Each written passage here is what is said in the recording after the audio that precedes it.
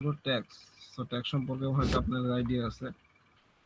So tax কি বলেন তো আমাকে, কোনো আইডিয়া থাকলে।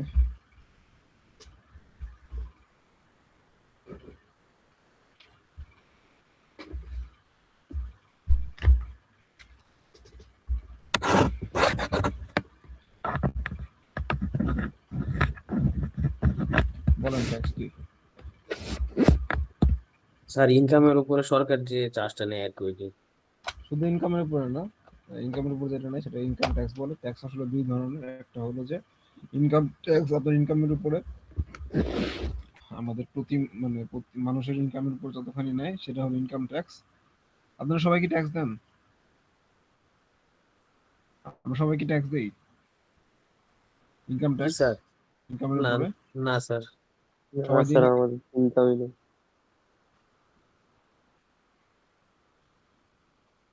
আমাদের বাবা মা আর কি, আমাদের তো ইনকাম নাই, কিন্তু আমাদের যে বাবা মা, গার্জিয়ান, আঙ্কেল, আন্টি, তাদের তো ইনকাম আছে, তারা কি সবাই ট্যাক্স দেয়? না স্যার, একটা রেঞ্জ আছে, রেঞ্জের উপরে যারা ইনকাম করে তারা ট্যাক্স দেয়। কিন্তু রেঞ্জের উপরে ইনকাম অনেকের আছে, তারাও যে ট্যাক্স দেয় না, এর কারণ কি? ফাঁকি মারে স্যার। ফাঁকি মারে। তার মানে এই যে ট্যাক্স নেওয়ার দায়িত্ব যাদের, তারাও হয়তো ওই জিনিসগুলোকে কি করতে পারে না, ইনফোর্স করতে পারে না, বা তারা তাদের দায়িত্বটা ঠিক মতো পালন করতে পারে না, এই জন্য আমরা ফাঁকি দিতে পারি, তাই না? সো ট্যাক্স হলো দুই ধরনের, একটা হলো যে এই ইনকাম ট্যাক্স, আমাদের ইনকামের উপর যেটা ধরা হয়, আর একটা হলো যে বলা হয় ইনডিরেক্ট ট্যাক্স, যেটা হলো যে এই বিভিন্ন প্রোডাক্ট সার্ভিস কিনতে হলে দেখবেন যে ওই প্রোডাক্ট সার্ভিসের উপরে আমরা ট্যাক্স দিই, ঠিক আছে? অনেক সময় দেখা যায় যে আমরা যে ট্যাক্স দিতেছি এটা আমরা জানিও না। কোন ক্ষেত্রে? এই যে দেখবেন যে বিস্কিট কিনি, তারপরে সাবান কিনি, শ্যাম্পু কিনি, এগুলো সবকিছুর মধ্যে দেখবেন যে ট্যাক্স ইনক্লুডেড থাকে, ঠিক আছে? সো এই ট্যাক্স আসলে আমাদের জন্য একটা খরচ, বা আমরা একটা পেমেন্ট করি।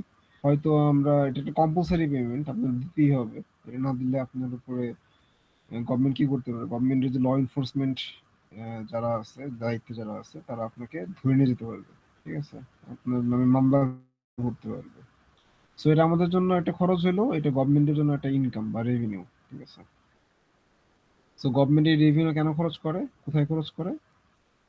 গভর্নমেন্ট এই রেভিনিউটা হলো যে তার গভর্নমেন্টের বিভিন্ন ধরনের কাজ করতে হয়, যেরকম এই যে education, health care, road and infrastructure, defence, public safety, social welfare programme, এইসব কাজে হলো যে গভর্নমেন্ট কি করে, এই টাকাটা খরচ করে, ঠিক আছে?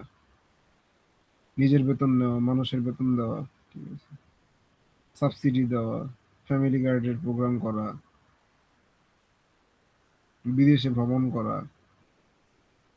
বিদেশি লোকজন বাংলাদেশে আসলে তাদেরকে খাওয়ানো, এগুলো টাকা কই থেকে আসে? এগুলো কি সরকার তার পকেট থেকে দেয়? এগুলো হলো যে আমাদের কাছ থেকে টাকা নিয়ে নিয়ে এগুলো সরকার খরচ করে, তাই না?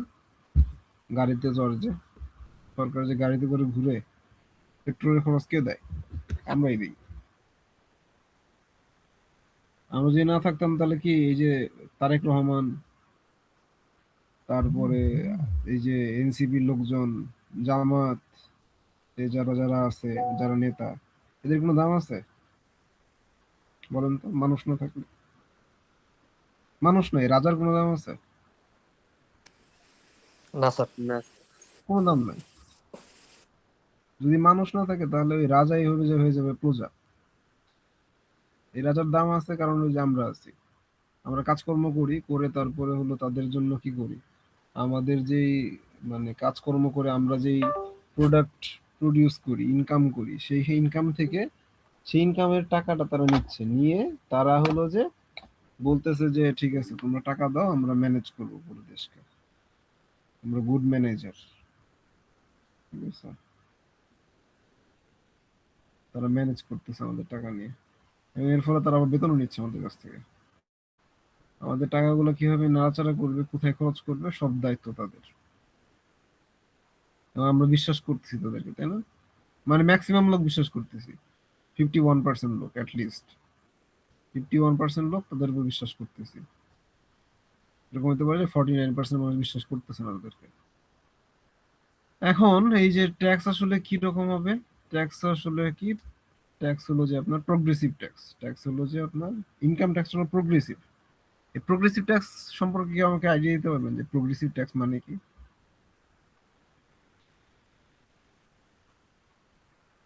প্রোগ্রেসিভ শব্দের অর্থ কি?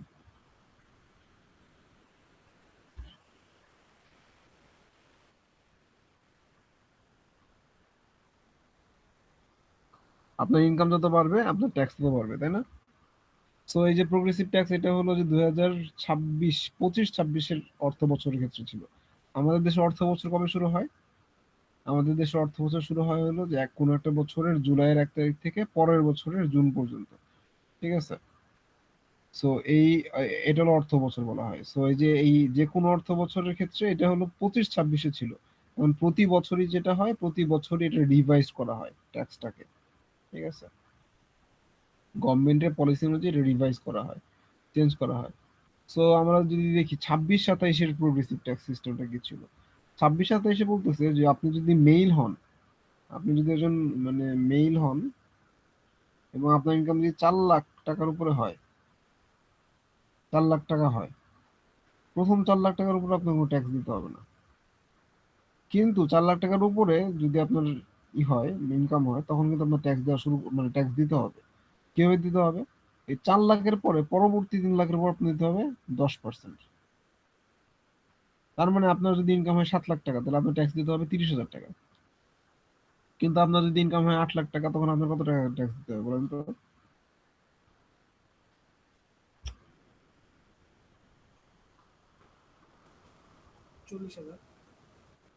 40,000 টাকা দিতে হবে।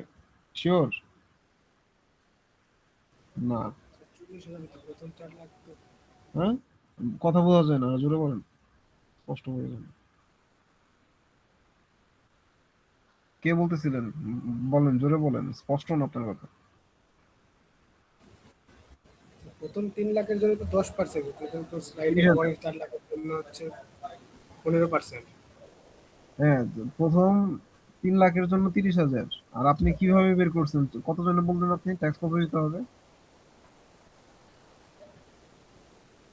তাহলে তো আমারটা ভুল গেছে, আমি তো 10% হিসাবে 40,000 বলছিলাম। না, সেটা হবে না। কত এটা হবে হবে? 30,000 হবে, আর এটা হবে 15,000, 45,000 হবে স্যার। 45,000 হবে, ঠিক। তাহলে প্রথম 3 লাখের উপর হবে হলো যে 10%, 30,000। আর বাকি থাকবে 1 লাখ। 1 লাখের উপর 15%, 15,000। তাহলে আপনার টোটাল ট্যাক্স দিতে হবে 45,000। 45,000। বুঝতে পারছেন প্রোগ্রেসিভ ট্যাক্স সিস্টেমটা? এইভাবে করে আগাবে। আপনার ইনকাম যত বেশি হবে, আপনার শেষ তত বাড়বে, ইনকাম ট্যাক্স তত বাড়বে। পরবর্তী 5 লাখের উপরে 20%, তার পরবর্তী 20 লাখের উপর 25%, রিমেনিং ইনকামের উপর 30% দিতে হবে। এখন এই যে ওমেন এবং সিনিয়র সিটিজেনদের জন্য এই থ্রেশহোল্ড হলো 4,50,000। বলেন তো, এই যে ওমেনরা বেশি সুবিধা পাচ্ছে নাকি মেল যারা আছে তারা সুবিধা বেশি পাচ্ছে? স্যার ওমেনরা, কেন বেশি সুবিধা পাচ্ছে? মানে ওদের বেশি ইনকামে ট্যাক্স কম আর কি। হ্যাঁ, মানে ওদের থ্রেশহোল্ডটা বেশি, মানে 4.5 লাখ পর্যন্ত কোনো ট্যাক্স দিতে হবে না যদি আপনি ওমেন অথবা সিনিয়র সিটিজেন হন। পার্সন উইথ ডিসেবিলিটিস হলেও আর থার্ড জেন্ডার হলেও আপনার ট্যাক্সের আরো বেশি থ্রেশহোল্ড, 4 লাখ, 5,25,000। আর আপনি যদি মুক্তিযোদ্ধা হন অথবা যদি এই জুলাই যোদ্ধা হন, জুলাই যোদ্ধা হলে হবে না, আপনি আহত হইতে হবে আর কি। আপনার যদি এরকম হয় যে আপনি কোনোভাবে জখম হয়েছেন, হাত পা চোখ কোথাও আপনি ওন্ডেড হয়েছেন, আহত হয়েছেন, তখন হলো যে আপনি হয়তো এই সুবিধাটা পাবেন। তখন আপনার এই 5,50,000 হইলে 5,50,000 পর্যন্ত আপনার কোনো ট্যাক্স দিতে হবে না। বুঝতে পারছেন? তো আপনাদেরকে যদি বলা হয় যে আপনি একজন ফিমেল, মনে করেন যে আপনি একজন ফিমেল এবং আপনার ইনকাম হলো যে 20 লাখ টাকা, তাহলে আপনার ট্যাক্স কত টাকা দিতে হবে এটা কি আপনি বের করতে পারবেন?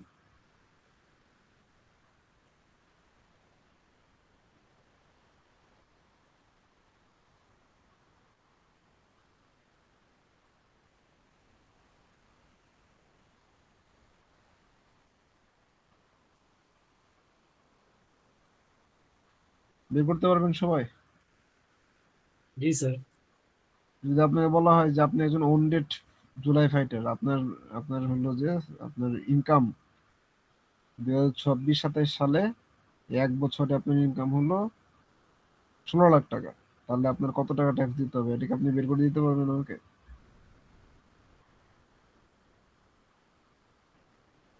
স্যার কত লাখ? 16 লাখ।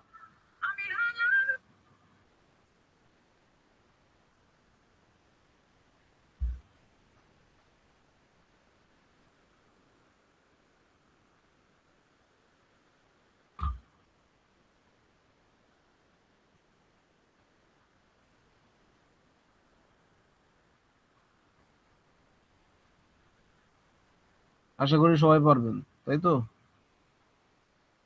প্রথম 3 লাখের উপর দিতে হবে 10%, তারপরে 4 লাখের উপর 15%। তার মানে প্রথম 3 লাখের উপরে যদি আপনি জুলাই যোদ্ধা হন তাহলে 5,50,000 পর্যন্ত কোনো ট্যাক্স দিতে হবে না। তাহলে আপনার ট্যাক্স দিতে হবে 10,50,000 টাকার উপরে। প্রথম 3 লাখের উপর দিতে হবে 10%, 30,000। পরের 4 লাখের উপর দিতে হবে 15%, 60,000 টাকা। 60 আর 30, 90,000। তাহলে 7 লাখ চলে গেল, আরো থাকে কত? আর থাকে হলো যে আপনার 3,50,000। ঠিক আছে, 3,50,000-এর উপর দিতে হবে 20%। 3,50,000-এর উপর 20% হলো আপনার 70,000 টাকা। 70, 60, তাহলে হলো 130, 1,30,000, আর হলো 30, 1,60,000 টাকা দিতে হবে আপনার। 1,60,000 টাকা। হ্যাঁ, 1,60,000 টাকা ট্যাক্স দিতে হবে আপনার। ঠিক আছে, কিন্তু একটা অদ্ভুত নিয়ম আছে, অদ্ভুত না মানে একটা নিয়ম হলো যে মিনিমাম ট্যাক্স দিতে হবে 5,000। মানে আপনার ট্যাক্স এরকম হইতেই পারে যে আপনার ট্যাক্স হয়ে গেছে 100 টাকা, কিন্তু আপনি 100 টাকা দিতে পারবেন না, ট্যাক্স 5,000 দিতেই হবে। যদি আপনি ট্যাক্সের ব্র্যাকেটে পড়ে যান তাহলে আপনাকে মিনিমাম 5,000 দিতে হবে ট্যাক্স। বুঝতে পারছেন? মনে করেন আপনি একজন মেল, আপনার ইনকাম হলো 5 লাখ, 4,10,000 টাকা, তাহলে আপনি কত টাকা ট্যাক্স দেওয়ার কথা ছিল আপনার? 1,000 টাকা, তাই না? যদি আপনার জি যদি স্যার। ইনকাম 4,10,000 হয় তাহলে আপনার ট্যাক্স আসলে কত টাকা পে করার কথা ছিল? 1,000। জি স্যার 1,000। কিন্তু আপনি 1,000 দিতে পারবেন না, you must pay a minimum of 5,000। ঠিক আছে? এখন এই ট্যাক্সটা কোথায় ব্যবহার করা হয়? Benefit of tax funding public services, যে road, bridge, railways, hospital, universities, police, fire service, economic stability. Tax কি করে? এই যে ইনফ্লেশন এবং হলো যে ইকোনমিক সাইকেল, ইনফ্লেশন আপনার কন্ট্রোল করতে ট্যাক্স ব্যবহার করা হয়। ঠিক আছে, কিভাবে ব্যবহার করা হয় বলেন তো? ইনফ্লেশনকে কন্ট্রোল করার ক্ষেত্রে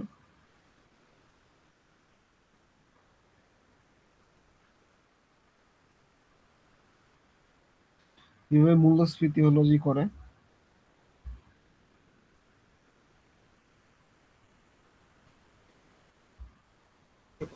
ভর্তুকি যায় যেটা সরকারি হবে। ভর্তুকি দেয়, হ্যাঁ। ভর্তুকিটা দেয় কিভাবে? সাবসিডি দেয় কিন্তু এই ট্যাক্সের টাকার মাধ্যমে।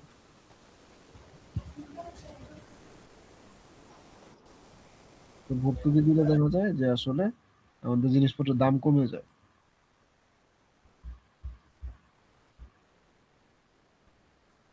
তারপর government can regular investment spending public project. So যে গভর্নমেন্ট কি করে, এই যে ইনভেস্টমেন্ট করে অথবা স্পেন্ড করে অথবা পাবলিক প্রজেক্ট যেগুলো নেয়, এগুলো কিন্তু এই পুরো টাকাটা সে ট্যাক্সের মাধ্যমে সে হলো যে কি করে, ট্যাক্সের মাধ্যমে সে হলো কন্ট্রোল করে। তারপরে যে রিডিউসিং ইনইকুয়ালিটি, ইনইকুয়ালিটি কিভাবে রিডিউস করে বলেন তো? এটা এটা বলেন তো কিভাবে হলো ইনইকুয়ালিটি রিডিউসড হয় ট্যাক্সের মাধ্যমে? তো বেশি বড়দের থেকে বেশি ট্যাক্স নেওয়া হয়, আর এটা মানে গরিবদেরকে অনেক সুবিধা দেওয়া হয় আর কি, ইকুয়াল ইয়েস। করার জন্য। তো আমরা যেহেতু প্রোগ্রেসিভ ট্যাক্স নিচ্ছি, সেক্ষেত্রে আমরা হলো যে যারা ইনকাম বেশি হচ্ছে তার কাছে ট্যাক্স বেশি নিচ্ছি, নিয়ে হলো যে আমরা কি করতেছি আসলে, এই যে রোড ট্রান্সপোর্ট, তারপরে হলো যে আপনার এই যে পাবলিক হসপিটাল, পাবলিক ইউনিভার্সিটি, তারপরে সাবসিডি দেওয়া, এই যে সার, তারপরে আপনার ধানের বীজ, মানে এইসব জিনিসপত্র আমরা কি করতেছি যে সাবসিডি দিচ্ছি। সো এর ফলে কি হচ্ছে, এই টাকাটা আসলে কি কই থেকে আমরা ই করতেছি, মানে ম্যানেজ করতেছি, এই যে যারা বড় লোক তাদের কাছ থেকে আমরা টাকাটা নিচ্ছি, এই সুবিধা দিচ্ছি কাদের? যারা গরিব। সো এর ফলে কি হবে, ইনইকুয়ালিটি হলো রিডিউস করা সম্ভব। ঠিক আছে, ভারসাম্য আনা সম্ভব। ইসলাম ধর্মের জাকাত সিস্টেম আছে না? জি স্যার। জাকাত কি করে? ইনইকুয়ালিটি রিডিউস করার ক্ষেত্রে করে না, হেল্প করে না?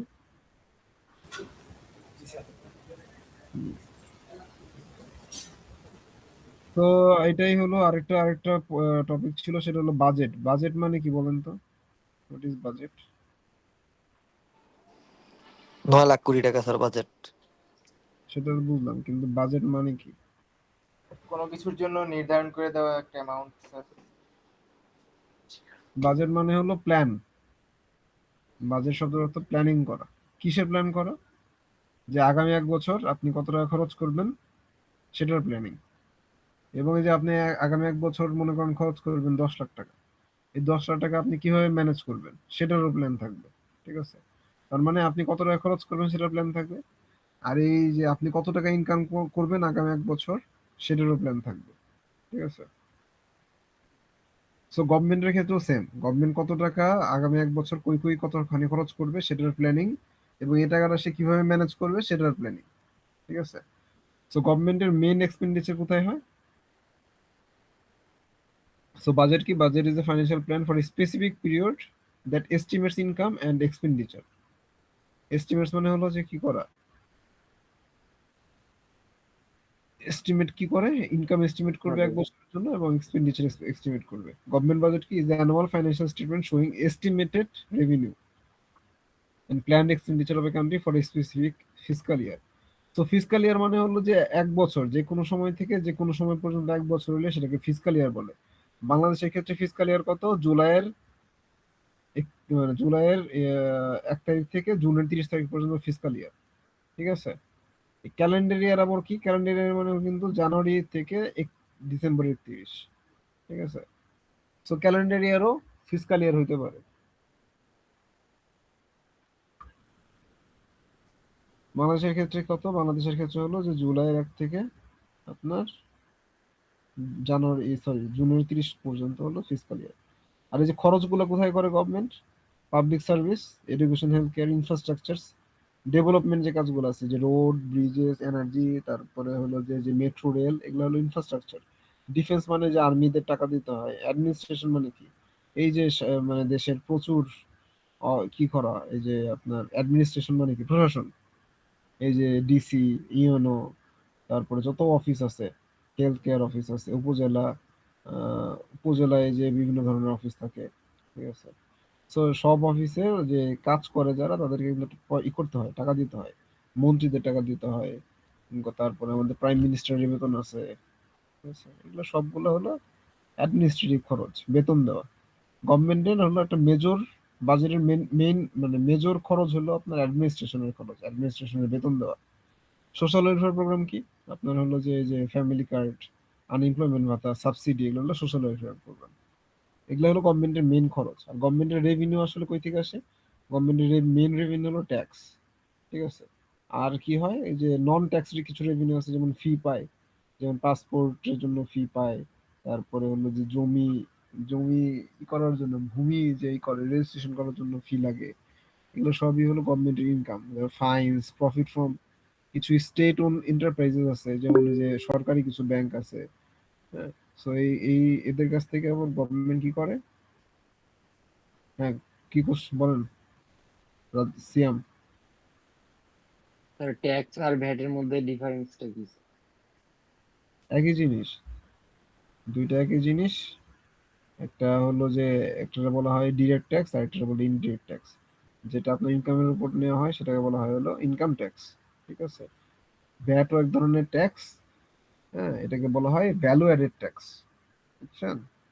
দেখছেন, এর শেষেও হয়েছে আছে ভ্যালু অ্যাডেড ট্যাক্স, মূল্য সংযোজন কর। মূল্যের উপরে সংযোজিত যে কর সেটাকে বলা হয় ভ্যাট। ঠিক আছে?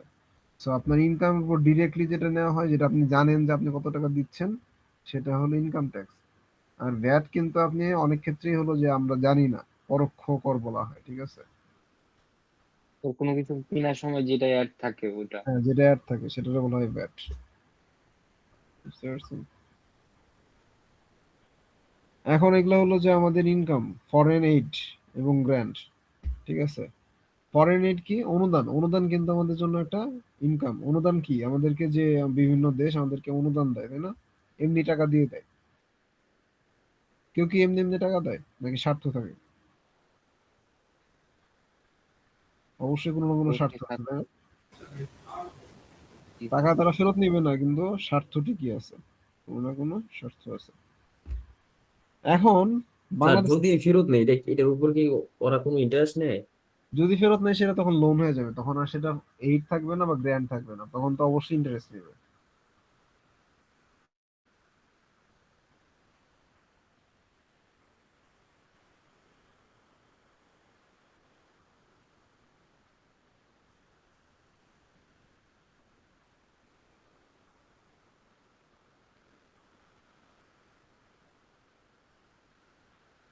বুঝতে পারছেন?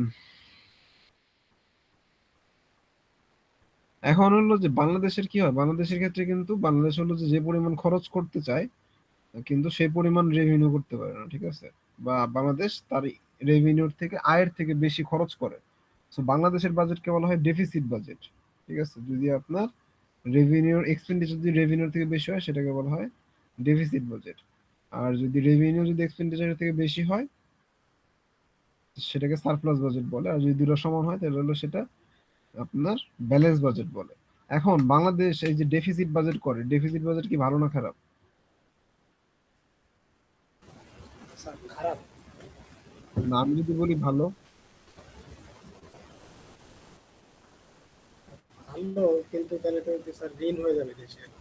হ্যাঁ হ্যাঁ, বাংলাদেশ তো লোন নিয়েই করে। বাংলাদেশ হলো যে কি কিভাবে লোন নেয়, এই যে আপনার যে ঘাটতি যেটা এটা কিভাবে পূরণ করেছে, সে দুই ধরনের লোন নেয়। একটা হলো যে ডোমেস্টিক লোন নেয়, আর অথবা হলো বিদেশ থেকে লোন নেয়। ডোমেস্টিক লোন নেয় কাদের কাছ থেকে, এই যে বিভিন্ন ব্যাংক থেকে নেয় অথবা আমাদের কাছ থেকে সরাসরি সে লোন নেয়, সঞ্চয়পত্র বিক্রি করার মাধ্যমে সে লোনটা নেয়, ঠিক আছে? তো এই লোনের জন্য সে আমাদেরকে দেয়, ইন্টারেস্ট দেয়। আবার হলো যে পুরো টাকাটা আবার ফেরত দিয়ে দেয় একটা সময়, ঠিক আছে? হ্যাঁ। কিন্তু আবার হলো যে বিদেশ থেকে লোন নেয়। সো এই যে লোনটা কি খারাপ না ভালো? এই লোনটা ভালো। কেন ভালো? লোন নিয়ে বা ডেফিসিট বাজেটটা কেন ভালো? কারণ হলো যে আপনি যদি লোন না নিতেন, লোন না নিলে আমাদের দেশে কি মানে এই যে মেট্রো রেল হইতো, পদ্মা সেতু হইতো, এগুলো কিন্তু হইতো না, ঠিক আছে? সো আপনি কি করলেন, যদি আপনি লোন নিয়ে যদি এটা করতে পারেন, এই যে এই ডেভেলপমেন্ট ওয়ার্ক গুলো করতে পারেন, সেক্ষেত্রে কি করবে, এই যে ডেভেলপমেন্ট বা ইনফ্রাস্ট্রাকচারের ফলে কি হবে, আপনার দেশের ইকোনমিক অ্যাক্টিভিটি অনেক বেড়ে যাবে। আপনার দেশের কি হবে যে এই রোড এবং ট্রান্সপোর্ট তৈরি হলে কি হয়, ইকোনমিক অ্যাক্টিভিটি বেড়ে যায়, বিজনেস বেড়ে যায়, ঠিক আছে, এমপ্লয়মেন্ট বেড়ে যায়। যেমন আপনার হলো যে পদ্মা সেতু হওয়ার ফলে কি হয়েছে, দক্ষিণ পশ্চিম অঞ্চলে হলো যে ওইখানে ইকোনমিক অ্যাক্টিভিটি বেড়ে গেছে, বিজনেস বেড়ে গেছে, ফ্যাক্টরি বেড়ে গেছে, ফরেন ডিরেক্ট ইনভেস্টমেন্ট বেড়ে গেছে, ঠিক আছে? তো ওইখানকার মানুষের এমপ্লয়মেন্ট বেড়ে গেছে, ওইখানকার মানুষের ইনকাম বেড়ে গেছে, মানুষ বেশি খরচ করতেছে। মানুষ যখন বেশি খরচ করবে তখন ওই মানুষের ইনকাম যখন বেড়ে যাবে তখন কি হবে, ওই ওদেরকে ক্যাটার করার জন্য আরো বিজনেস তৈরি হবে, লোকাল বিজনেস তৈরি হবে। যে বিজনেস, ওইখানে স্কুল হবে, কলেজ হবে, ইউনিভার্সিটি হবে, হসপিটাল হবে, একটা কমিউনিটি তৈরি হবে। সো কি হবে, ওই পুরো ওভারঅল ওই অঞ্চলে ইকোনমিক অ্যাক্টিভিটি বেড়ে যাবে। ইকোনমিক অ্যাক্টিভিটি যদি বেড়ে যায় তাহলে দেশের ওভারঅল ইকোনমিক আউটপুট বেড়ে যাবে, প্রোডাক্টিভিটি বেড়ে যাবে। ফলে সবার যদি ইনকাম বেড়ে যায়, গভর্নমেন্টের ট্যাক্স ইনকামও বেশি হবে, এবং এর ফলে কি হবে, দেখবেন যে মানুষের জীবনযাত্রার মান উন্নত হবে। এবং এই যে ট্যাক্সের মাধ্যমে গভর্নমেন্ট যেটা আর্ন করবে সেটা দিয়ে গভর্নমেন্ট কি করবে, সেই লোনটা পরিশোধ করে দিবে। তাহলে এই যে এই লোন নিয়ে এটা করছে বলেই সে কি করতে পারতেছে, কাজগুলো সম্পূর্ণ করতে পারতেছে। হ্যাঁ, কাজগুলো সম্পূর্ণ করতে পারতেছে এবং তার আউটপুট বাড়তেছে, জীবনযাত্রার মান উন্নত হচ্ছে এবং সে কি করতেছে, তার লোনটা পরিশোধ করতে পারতেছে। সেম অ্যাজ বিজনেস, ঠিক আছে? বিজনেস কি করে, লোন নিয়ে তারা তাদের এইরকম অ্যাক্টিভিটি গুলা সম্পন্ন করে, তাই না?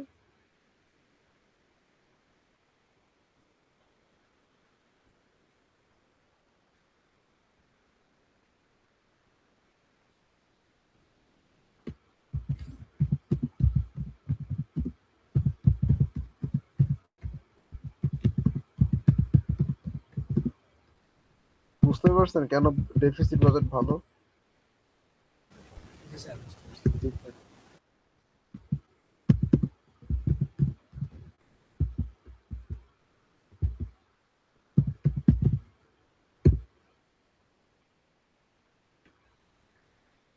তাহলে সারপ্লাস বাজেট যেটা, এটা কি খারাপ? এটাও ভালো। সারপ্লাস বাজেট আসলে কারা করে আমি জানি না, হয়তো অনেক দেশ আছে যাদের সারপ্লাস বাজেট হইতে পারে। সারপ্লাস বাজেট আসলে কেউ করে বলে মনে হয় না। সারপ্লাস বাজেট আমাদের দেশের বাজেট হলো ডেফিসিট বাজেট, ইন্ডিয়ার বাজেট এটাও ডেফিসিট বাজেট। সারপ্লাস বাজেট আবার সবাই যদি ডেফিসিট বাজেট করে তাহলে এত লোন কই থেকে নেয়? ঠিক আছে, লোন তো নেওয়া যায়, যে লোন ডোমেস্টিক্যালি নেয় অথবা হলো যে ফরেন ফরেন লোনও নেয়, কিন্তু ডোমেস্টিক লোন নিলে আবার একটা ঝামেলা আছে। বেশি যদি ডোমেস্টিক লোন নেওয়া হয়, যদি গভর্নমেন্টই সব লোন নিয়ে চলে যায়, তাহলে বিজনেস লোন নেবে কার কাছ থেকে? বিজনেসের কাছে তো লোন থাকবে না, তখন তো আরেক বিপদ। এটাকে বলা হয় ইকোনমিক্সের ভাষায় এটাকে বলা হয় ক্রাউডিং আউট ইফেক্ট। যে গভর্নমেন্ট ডেফিসিট বাজেট ই করছে, হয়তো সে ডেফিসিট বাজেটের একটা প্ল্যান করছে যে সে খরচ করবে, যার রেভিনিউ কম, সে কি করছে, এই অভ্যন্তরীণ বা ডোমেস্টিক্যালি সে হলো লোন নিয়ে সেই ডেফিসিটটাকে পূরণ করবে। এর ফলে কি হয়, আসলে এই যে লোনটা কিভাবে নেয়, ব্যাংকের কাছ থেকে নেয়। সো ব্যাংকের কাছ থেকে যদি অলরেডি সে সেভিংস গুলো নিয়ে চলে যায়, তাহলে বিজনেস গুলা কিভাবে হলো ই করবে, বিজনেস কিভাবে লোন নিবে? বিজনেসের তো লোন নেওয়া এই থাকবে না, মানে লোন তো পাবে না। হ্যাঁ, তখন যেটা হবে যে বিজনেস অ্যাক্টিভিটি গ্রো করবে না, অথবা এই যে লোন অনেক বেশি এক্সপেন্সিভ হয়ে যাবে। এটা ক্রাউডিং আউট ইফেক্ট বলে। এই জন্য অনেক বেশি deficit budget is not good for a economy. তখন আবার বিজনেস অ্যাক্টিভিটি রান করতে পারবে না। আবার অনেক ক্ষেত্রে কি হবে, অনেক ক্ষেত্রে হলো যে আপনি এরকম ডেফিসিট বাজেট করলেন, লোন নিয়ে টাকা নিয়ে আসলেন, নিয়ে এসে কি করলেন, আপনি হলো যে এমন প্রজেক্টে ইনভেস্ট করলেন যে প্রজেক্টটা আসলে কোনো আউটপুট দিবে না, যে প্রজেক্ট আপনার জিডিপিতে কন্ট্রিবিউট করবে না। তখন কি হয়ে যাবে, তখন কি আপনি আপনার আউটপুট যদি না বাড়ে, আপনার ইনকাম যদি না বাড়ে, আপনার ট্যাক্স তো বাড়বে না। ট্যাক্স না বাড়লে আপনি এই টাকাটা পরিশোধ করবেন কিভাবে? এটা আপনার জন্য একটা কি হয়ে যাবে, বার্ডেন হয়ে যাবে। যদি এরকম হইতো যে আমাদের এই যে মেট্রো রেল হলো যে কোনো আউটপুট বাড়াচ্ছে না, ঠিক আছে, এটা কোনো আমাদের কোনো উপকার আসতেছে না, এই যে কর্ণফুলী টানেল মনে করেন যে কোনো উপকার আসতেছে না, তখন কি হবে? আপনি লোন নিয়ে করছেন কর্ণফুলী টানেল, মনে করেন কোনো উপকার আসতেছে না, জিডিপিতে কন্ট্রিবিউট লস করছে, প্রজেক্ট। Loss project. আপনি শুধু দেখতেই সুন্দর, আপনি খালি মানুষের বলতেছেন যে আমি কর্ণফুলী টানেল করছি। হ্যাঁ, তখন কিন্তু আসলে বিপদে পড়তে হবে। আরেকটা কোন ক্ষেত্রে বিপদে পড়তে হবে, আপনি লোন করে টাকা নিয়ে আসছেন, আপনি আপনার উদ্দেশ্য খুব ভালো, আপনার মানুষকে বলতেছেন যে আপনি এটা করবেন এটা করবেন, কিন্তু আসলে আপনার পুরো গভর্নমেন্টই হলো করাপ্টেড, পুরো ম্যানেজমেন্ট অ্যাডমিনিস্ট্রেশন করাপ্টেড। হ্যাঁ, আপনার যেখানে আপনি দেখাইতেছেন 10 লাখ টাকা খরচ হবে, সেখানে আপনি 50,000 টাকা খরচ করে বাকি 9,50,000 টাকা নিয়ে আপনি ট্যুরে চলে গেছেন ব্যাংকক। তখন কিন্তু আর এই যে এই ডেফিসিট বাজেট দিয়ে কোনো আপনার লাভ নাই কোনো। ঠিক আছে, তখন হলো উল্টো আপনি প্রেসারে পড়ে যাবেন। আপনি লোন নিয়ে আসছেন সেই টাকা বাংলাদেশে তো পরিশোধ এটাই হয়, হ্যাঁ? বাংলাদেশে তো এই ধরনের বাজেটই হয়। হ্যাঁ, দশ বাংলাদেশে লাখ এরকমই বাজেট হয়। করতে 9,50,000 নিজে খেয়ে। যেটা হবে তখন আপনি তখন ওই ইন্টারেস্ট পরিশোধ করতে পারবেন না, আপনি প্রিন্সিপালও পরিশোধ করতে পারবেন না, বিশাল প্রেসারে পড়ে যাবেন। বুঝতে পারছেন? এই হলো বিষয়। তো এই হলো আর আর কিছু পড়াশোনা করার কিছু নেই, আমাদের পড়াশোনা শেষ। ঠিক আছে, আর আপনাদের খাতা আর কি আপনারা হয়তো 22 তারিখে দেখতে পারবেন। ঠিক আছে, 22 তারিখে আপনাদের সেকেন্ড এক্সাম না, 22 তারিখের মধ্যে আপনারা খাতা দেখতে পারবেন। ঠিক আছে, আর আপনাদের কুইজের খাতাগুলোও আপনারা ইন দ্য মিন টাইম একসাথে দেখাবো। ঠিক আছে, তাহলে ভালো করে মানে ই করেন না, কালকে তো আর ক্লাস নাই, আপনাদের হলো যে 19 তারিখ থেকে পরীক্ষা নাকি? জি স্যার। জি স্যার। তাহলে ভালো করে পড়াশোনা করেন। ঠিক আছে, ঠিক আছে, তাহলে আপনারা এখন আছেন হলো 31 জন, আমি সহ 32 জন আছেন। তাহলে আপনাদের সিআর আছে গৌরব, বেঁচে আছে গৌরব? গৌরব দত্ত কোথায়? জি স্যার, আছি। গৌরবকে পাওয়া যায় না, গৌরব হলো যে মাঝে মাঝে এসে দেখা করে। স্যার আছি স্যার, ক্লাসে আমি আছি স্যার। গৌরবকে আমি চিনছি অনেক পরে, যে গৌরব সিয়ার। হ্যাঁ, স্যার আপনার ফ্রেন্ড কি বলতেছে আপনার রুমমেট? স্যার আমি তো ক্লাসে রেগুলারই যাই স্যার। আপনারা বলেন তো, হ্যাঁ। গৌরব কি রেগুলারলি ক্লাসে আসে? তা তো আসে স্যার, পিছে বসে থাকলে কেমনে দেখবেন? ও পিছিয়ে থাকে না, কথা বলেন। ঠিক আছে গৌরব, তাহলে আমাকে অ্যাটেন্ডেন্সটা দেন, ঠিক আছে? আপনার দায়িত্ব পালন করেন। আচ্ছা স্যার, আমি অ্যাটেন্ডেন্স গুলো আপনাকে ইনবক্স করছি। সাজেশন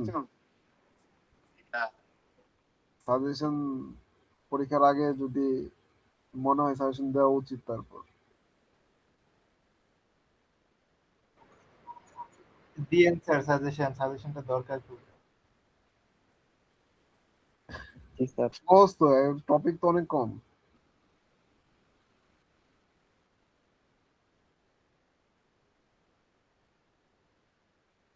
আর এগুলো তো অ্যাকাউন্টিং না, এগুলো ইকোনমিক্স।